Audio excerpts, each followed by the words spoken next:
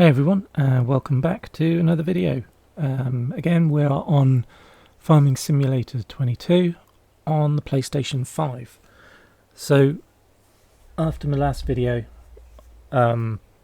where, it just wasn't planned in any shape or form, I am going back on mission. I am doing what I set out to originally do, which is get this dairy up and running. I was very fortunate that my original plan, which towards the end of the video I thought I had royally screwed up by ending the contract and expecting everything to disappear, but they didn't. So I've managed to get myself quite a nice bit of silage, so that's going to start me off. I just need to get some straw and some hay. Now I do have 3 fields. 1, 2 and 3.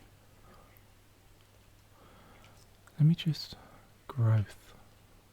Yeah, see, they're good to go. I'm just wondering whether or not just to buy the bales.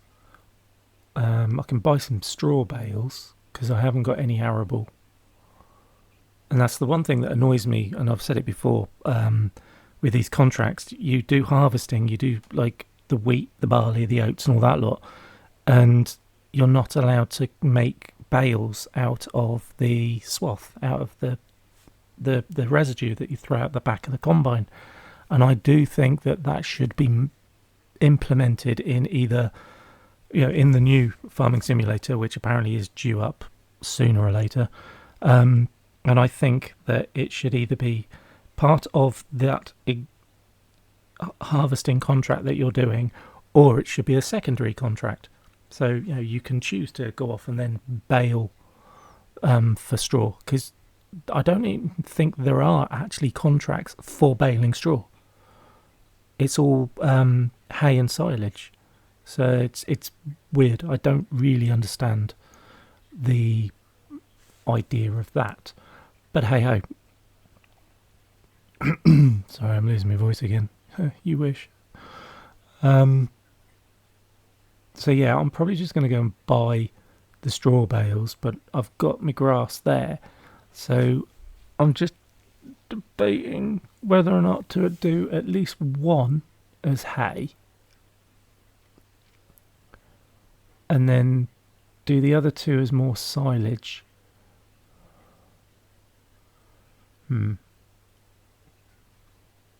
Yeah, I might do that. Well, either way, let's go. And I've just bought myself me mower, so we will go over and grab the mower. I've also left my windrow over there, which I need to bring back. So we will go and do that, and then we will make a decision on what we are going to do and how we're going to do it, because it could well be I lease some equipment, but at the same time, if it's only a tedder, they're no money at all, are they? So it's not exactly going to break the bank. So anyways, let's see where this will take us. Enjoy.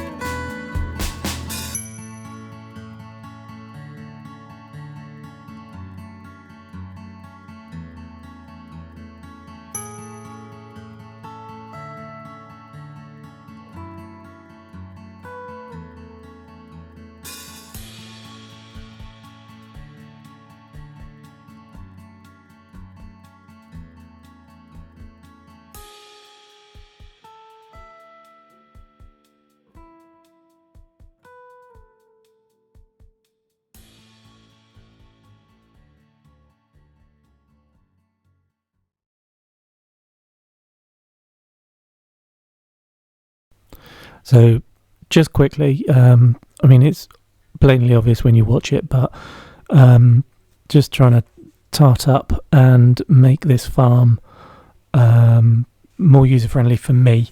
So I basically couldn't quite work out what that was to begin with, and then it's like, yeah, okay, that will come in handy. Then it was a case of have a look at the buildings. Now, bear in mind, originally, when you fire this map up originally, in the top right-hand corner of this farm, you have the offending output of the farm production unit, and you delete that. It gets rid of all the issues and everything else. So there was a huge gap there, and I'm like, okay, fine. Got rid of this shed simply because it's not tall enough. It would have been great, to put like the windrow and stuff in, but it's just not tall enough. So I was like, do you know what, bin it. Don't really need it. And you'll see I start to measure things up and I'm faffing around. But the ultimate goal at the end is there's the workshop that I end up putting in, which you will see in a sec, came from another map, and it's another mod. I don't know if it was made by the guy who made the other map, or it was just a mod that they liked, but I know that you had to install this particular workshop mod for this map, if that makes any sense. Not this map, but the previous map. So I'm like, okay, fine. And I like it. I just like the idea of this workshop. It looks nice. Yes, for the larger stuff and for trailers and stuff like that, it is a bit of a pain in the ass to get in and out of, which you will see later on in this video. But that's a minor thing. So yeah, here's the workshop. Again, I know it's a mod, so I'm assuming that you can download this as an individual entity. But I had it downloaded because I had downloaded a different map, but I just hadn't deleted this particular building because I liked it. And there's a certain, it's such a small thing, but it's something I absolutely adore, detail wise, and it's also only relevant, as far as I know, for those in the UK, in Britain, that would understand it. And it's basically, there's two little symbols, two little posters by the main door to this building. I don't know if I zoom in or not, I can't remember. And it's the MOT. It's the MOT symbol. So yeah, I know for a fact that, well, I don't know for a fact, but I believe that that logo and the whole MOT thing is really only a British thing. Please correct me if I'm wrong. I'd be interested to know if there's anything like it elsewhere in the world, without having to Google it. But yeah, it's just tiny little details like that that really make this game, to be honest. And the mods, the level of detail the people put into their mods when they're on this game, they're adorable. They're absolutely fantastic. And I guess that's why I enjoy this game so much, not just because of the level of detail, but it's also the fact that the mod makers and the map makers, they all heavily rely on the community for feedback and stuff like that. And then they'll, if there's any issues, it all gets fed back, and then they'll work on it and everything else. There's none of this like, oh, sod you, I made this is mine, and I'm not going to do anything about it. What do you know? No, there's, cheers for that. I thank you for finding this problem, or thank you for enjoying this, or thank you for, and I love it. I absolutely love it. And long may it continue.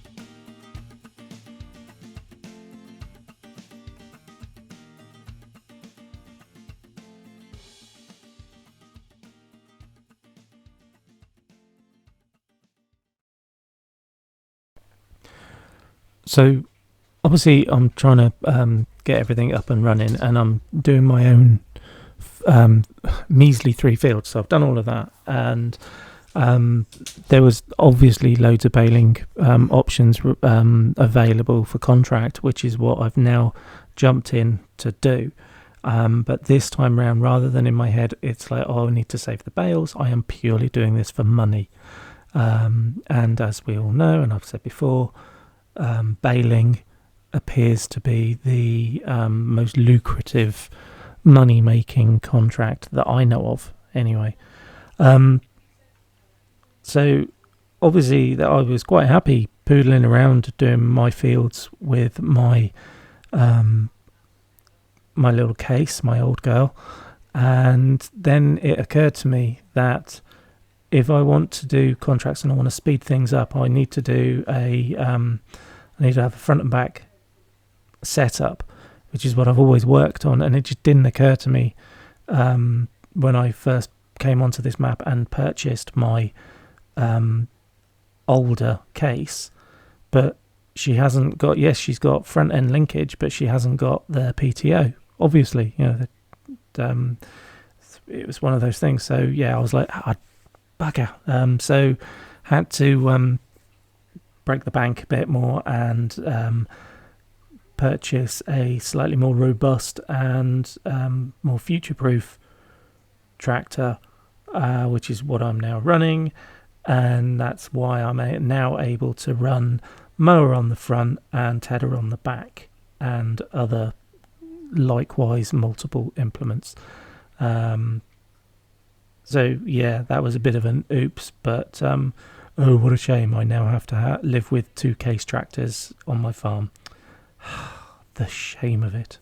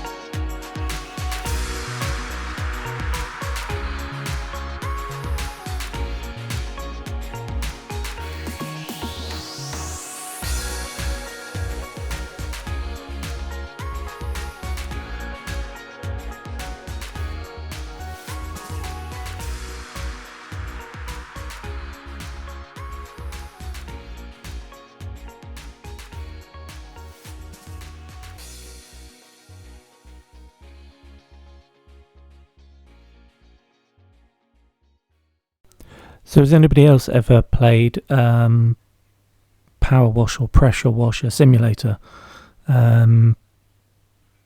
Because I was like, what the hell? Then it came out free on PlayStation Plus, and yeah, it was unnervingly addictive, to put it that way. So on there, it's the whole thing is to do with cleaning,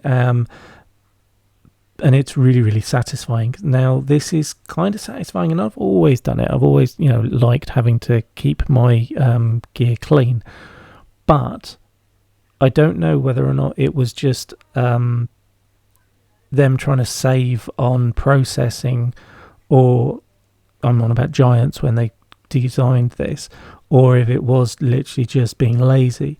But I do not like the idea of you can stand there and literally for like 10 seconds or 20 seconds max and clean one wheel on one vehicle, and then instantly that vehicle is now clean.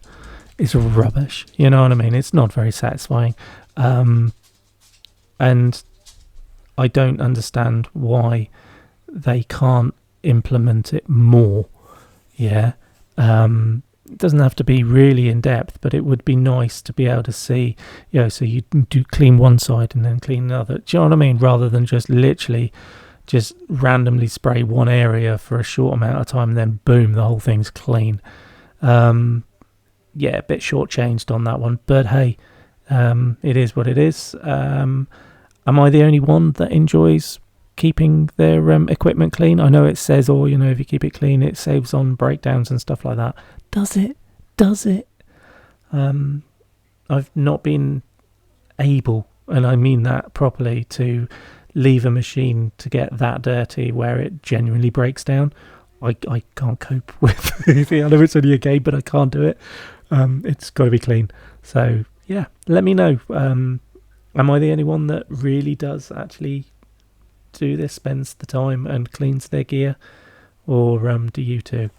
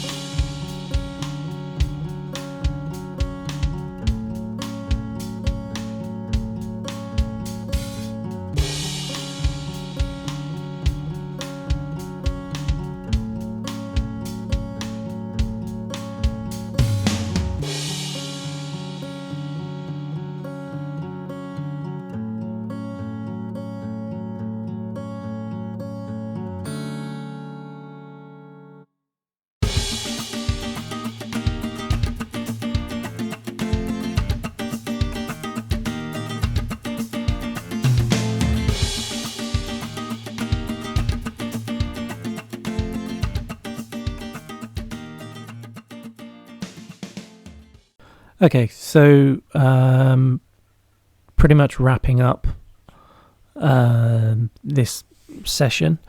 Didn't make a massive amount of money on this lot, which was weird because normally, I mean, the last time I did some baling, I think I made like 50k on one contract, but hey ho.